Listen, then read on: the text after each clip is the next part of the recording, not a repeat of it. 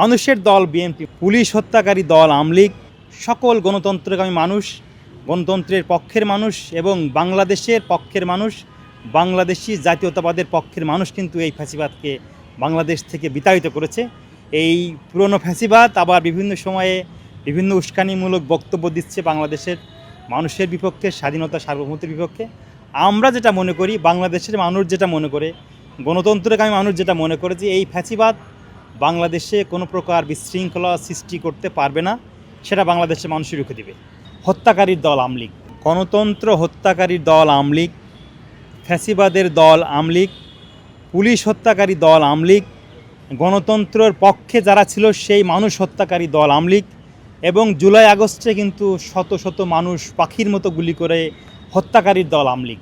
বাংলাদেশের মানুষ তাদেরকে বয়কট করেছে এবং আমাদের বার্তা স্পষ্ট, বাংলাদেশের আইন শৃঙ্খলা রক্ষাকারী বাহিনী আছে, যারাই উস্কানিমূলক, যারাই এই পরিস্থিতিকে স্থিতিশীল পরিস্থিতিকে অস্থিতিশীল করার জন্য যারা চেষ্টা করবে, আইন শৃঙ্খলা রক্ষাকারী বাহিনী তাদের বিরুদ্ধে ব্যবস্থা নেবে। দল হিসেবে, সংগঠন হিসেবে প্রতিহত করার কিছু নেই, তারা বাংলাদেশ থেকে এমনিতেই বিতাড়িত আছে।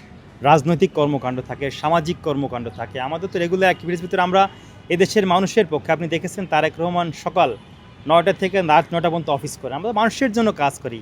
মানুষের দল বিএনপি, মানুষের দল ছাত্র দল, মানুষের দল যুব দল, স্বেচ্ছাসেবক দল, আমরা মানুষের জন্য কাজ করতে চাই। অতএব রাজপথে তো আমরা সবসময় বিগত 17 বছর ধরে ছিলাম, এখনও আছি।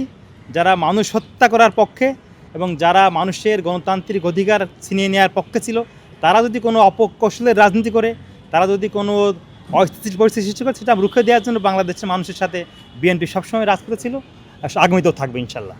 আইন শৃঙ্খলা রক্ষাকারী বাহিনী এই ফ্যাসিবাদকে রুখে না দেওয়ার জন্য চেষ্টা করবে, তাদের বিরুদ্ধে ব্যবস্থা নেওয়া হবে।